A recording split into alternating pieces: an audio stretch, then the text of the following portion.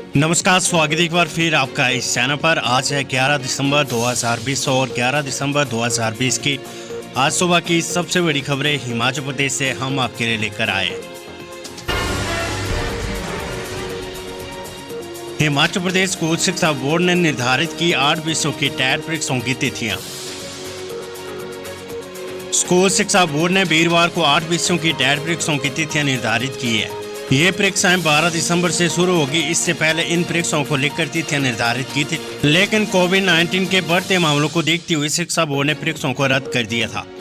अब दोबारा से प्रदेश स्कूल शिक्षा बोर्ड ने परीक्षाओं के संचालन के लिए तिथियां पुनः निर्धारित की है। शिक्षा बोर्ड द्वारा आयोजित की जाने वाली टेट परीक्षाओं के लिए 44,000 से अधिक परीक्षार्थियों ने आवेदन किया है। प्रदेश भर में 12 दिसंबर से संचालित होने वाली टेट परीक्षा के लिए अभ्यर्थी शिक्षा बोर्ड की वेबसाइट से admit card, roll number download कर सकते हैं। शिक्षा बोर्ड द्वारा जारी तिथियों के तहत टीजीटी आर्ट्स की टेट परीक्षा 12 दिसंबर को सुबह 10 बजे से दोपहर 12:30 बजे तक तथा टीजीटी मेडिकल टेट 2 बजे से 4:30 बजे तक संचालित की जाएगी। पंजाबी टेट 13 दिसंबर को सुबह 10 से दोपहर 12:30 बजे तक, उर्दू टेट परीक्षा दोपहर 2 बजे से 4:30 बजे तक संचालित की जाएगी। जेबीटी टेट 14 दिसंबर को सुबह 10 से दोपहर 12:30 बजे तक तथा शास्त्री टेट परीक्षा दोपहर 2 से 4:30 बजे तक संचालित की जाएगी। इसके अलावा टीजीटी नॉन मेडिकल 15 दिसंबर को सुबह 10:30 से 12:30 बजे तक तथा एलटी टेट परीक्षा दोपहर 2 से 4:30 बजे तक आयोजित होगी। हिमाचल प्रदेश स्कूल शिक्षा बोर्ड अध्यक्ष डॉक्टर सुरेश कुमार सोनी ने कहा कि प्रदेश भर के उम्मीदवारों के भविष्य को देखते हुए परीक्षाओं का शेड्यूल जारी किया गया है। उन्होंने कहा कि कोविड-19 की सभी सावधानियों को पूरी तरह से पालन करने के दिशा निर्देश जारी किए गए हैं। कोरोना वैक्सीन का भंडारण करने के लिए हिमाचल तैयार, प्रदेश में 386 स्थान चिन्हित।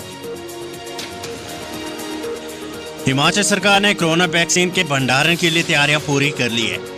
वैक्सीन के भंडारण को प्रदेश में 386 स्थान चिन्हित किए गए हैं। इनमें मेडिकल कॉलेज और अन्य अस्पताल भी शामिल है।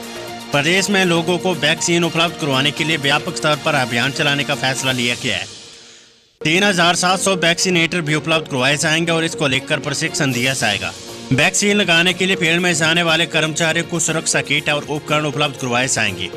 साथ ही स्वास्थ्य विभाग ने बायोमेडिकल टेस्ट के निपटान के लिए भी तैयारियां पूरी कर ली है। इसको लेकर स्वास्थ्य विभाग के अधिकारियों के मुख्य सचिव के साथ बैठक हो चुकी है। उल्लेखनीय कि केंद्र सरकार ने हिमाचल सरकार को अपनी तैयारियां पूरी करने को कहा है। आज के लिए खबर है हमीरपुर से मुख्य बस अड्डे पर इस दिन लगेंगे स्टॉल, बना सकेंगे वोटर कार्ड।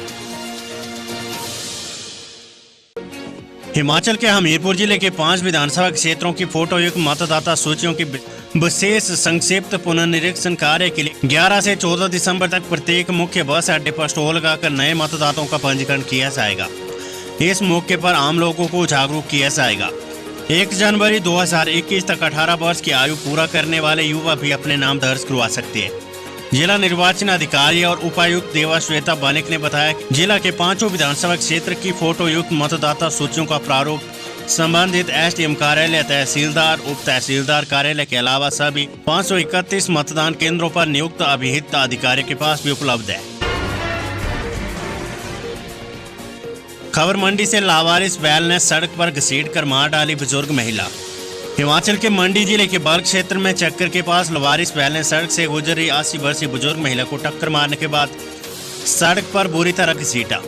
इससे बुजुर्ग महिला की मौके पर ही मौत हो गई थी। ये हादसा गुरुवार दोपहर करीब 3 बजे हुआ है। हालांकि मौके पर पहुंचे लोगों ने बुजुर्ग महिला को निजी अस्पताल पहुंचाया, लेकिन तब तक काफी देर हो चुकी थी। दिल्ली जाएंगे मुख्यमंत्री जयराम ठाकुर, केंद्रीय मंत्रियों से करेंगे मुलाकात। मुख्यमंत्री जयराम ठाकुर आज नई दिल्ली जाएंगे। वे केंद्रीय मंत्रियों से मुलाकात करेंगे। सीएम हिमाचल की कई लंबित परियोजनाओं पर भी केंद्रीय मंत्री और अधिकारियों से मंत्रणा कर सकते हैं। इन दिनों प्रदेश के बुरी तरह से कोविड-19 की चपेट में आने के बाद सीएम का ये दिल्ली दौरा महत्वपूर्ण माना जा रहा है। वे संक्रमण को रोकने से संबंधित विभिन्न मसलों पर भी नई दिल्ली में संबंधित अधिकारियों से संवाद कर सकते हैं। भाजपा के राष्ट्रीय अध्यक्ष जगत प्रकाश नड्डा के पश्चिम बंगाल की व्यवस्था के बीच में इस बार उनसे भेंट नहीं करेंगे। पिछली बार नड्डा ने ही जयराम ठाकुर को दिल्ली बुलाया था। मुख्यमंत्री जयराम ठाकुर 12 दिसंबर को लौटेंगे। 12 दिसंबर को उनका रात्रि ठहराव चंडीगढ़ में, ऐसे में वे 13 दिसंबर को शिमला में होंगे।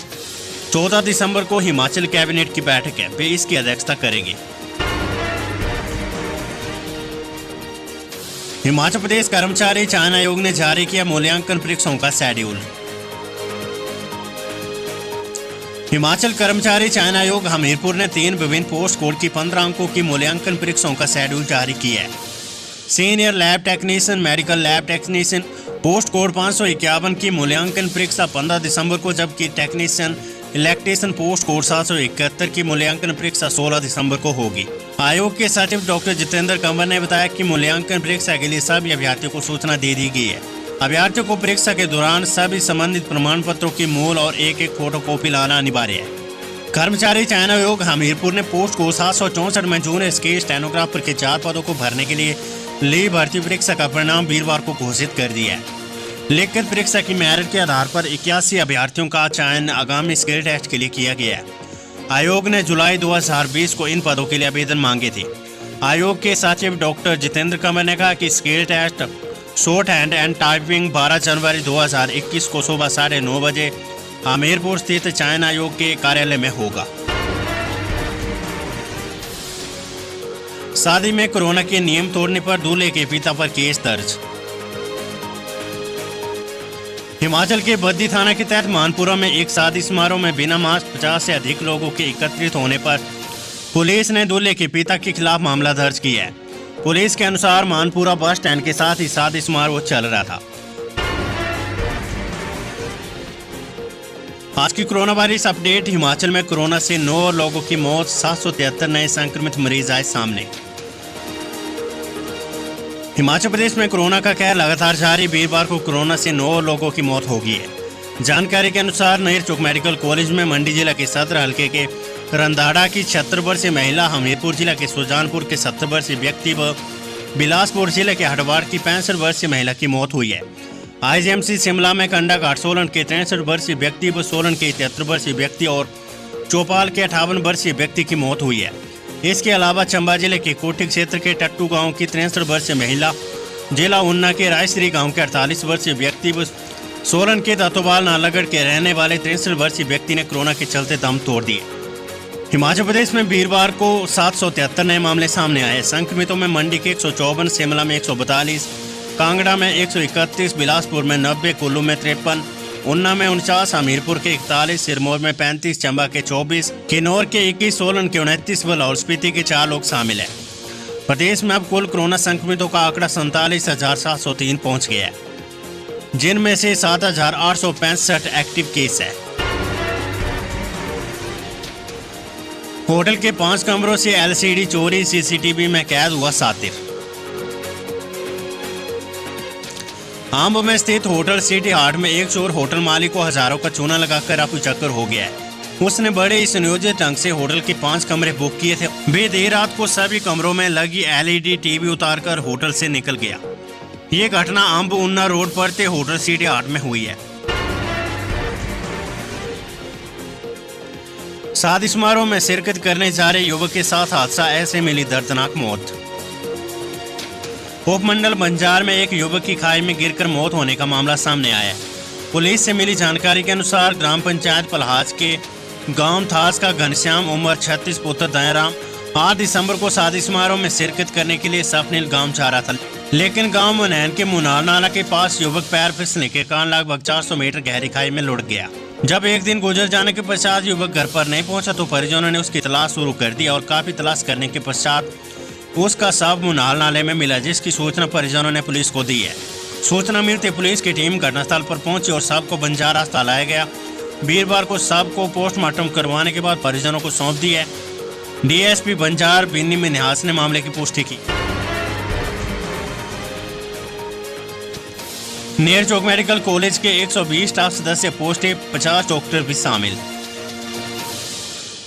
सरकार की ओर से नेरचौक मेडिकल कॉलेज को कोविड अस्पताल बनाया गया, लेकिन यहां पर स्टाफ की भारी कमी होने के कारण यहां पर कार्यरत डॉक्टरों समेत पैरामेडिकल स्टाफ को परेशानियों का सामना करना पड़ रहा है। 120 के करीब अस्पताल स्टाफ के सदस्य और डॉक्टर यहां पर कोविड संक्रमित हो चुके, जबकि स्टाफ की कमी के चलते परेशानी और बढ़ रही है। खबर प्राइवेट स्कूलों से जुड़ी हुई। CBSE बोर्ड वाले निजी स्कूल नहीं वसूलेंगे परिवहन शुल्क। हिमाचल के ऊना जिले में सीबीएसई बोर्ड के निजी स्कूलों में बच्चों को पढ़ाने वाले अभिभावकों के लिए रात भरी खबर है। सीबीएसई बोर्ड वाले लगभग सभी निजी स्कूल अभिभावकों से परिवहन शुल्क नहीं लेंगे। इसके लिए बैठक में सहमति बनी है। वशिष्ठ पब्लिक स्कूल में प्रारंभिक शिक्षा उपनिदेशक देवेंद्र चंदेल प्रिंसिपल और अभिभावकों की बैठक में दोनों पक्षों ने प्रारंभिक उपनिदेशक शिक्षा के समक्ष अपने पक्ष रखा है। दोनों पक्ष सुनने के बाद प्रारंभिक शिक्षा उपनिदेशक ने पाया कि एक तरफ अभिभावक वर्ग अपनी आर्थिक तंगी से गुजर रहा है, वहीं दूसरी तरफ स्कूल प्रबंधन भी कई तरह की समस्याओं से सामना कर रही है। स्कूल प्रबंधन को बसों की टैक्स, किस्तें, इंश्योरेंस समेत अन्य खर्चे देने पड़ रहे हैं। काफी विचार विमर्श करने के बाद प्रारंभिक शिक्षा उपनिदेशक देवेंद्र चंदेल की सलाह पर फैसला लिया गया कि स्कूल इस वर्ष ट्रांसपोर्ट फीस नहीं लेंगे। आंगनवाड़ी कर्मचारियों ने खोली सरकार की पोल। खबर है शिमला से। आंगनवाड़ी कर्मचारी संघ संबंधित भारतीय मजदूर संघ की प्रदेश महामंत्री शीतल करोल ने जिला उपायुक्त आदित्य नेगी को हिम सुरक्षा अभियान में ड्यूटी न देने के बारे में सरकार को ज्ञापन दिया है।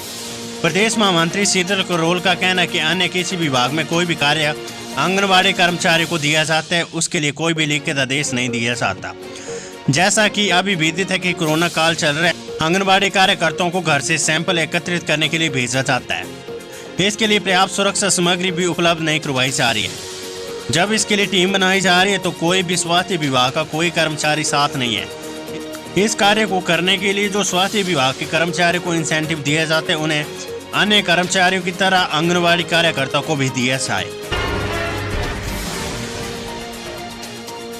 एकजुट होकर लड़ेंगे चुनाव तो विरोधियों को चटा पाएंगे धूल, राजीव शुक्ला। हिमाचल में पंचायती राज चुनाव का बिगुल बजने वाला, ऐसे में प्रदेश के दोनों मुख्य सियासी दल भाजपा और कांग्रेस चुनाव में पार्टी विचारधारा के उम्मीदवारों को जीत दिलाने के लिए रणनीति तैयार करने में लग गए हैं। इसी कड़ी में प्रदेश कांग्रेस ने वीरवार को 88 ब्लॉक अध्यक्षों के साथ वर्चुअल बैठक का आयोजन किया। बैठक में प्रदेश कांग्रेस के प्रभारी राजीव शुक्ला और नेता प्रतिपक्ष मुकेश अग्निहोत्री ने भी भाग लिया। बैठक की अध्यक्षता कांग्रेस प्रदेश अध्यक्ष कुलदीप सिंह राठौर ने की।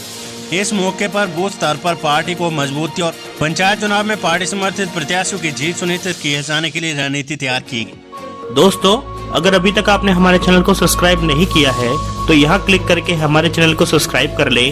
साथ ही इस नोटिफिकेशन बेल पर भी जरूर क्लिक करें, जिससे कि आप हमारे आने वाले सारे वीडियोस की नोटिफिकेशन अपने मोबाइल पर पा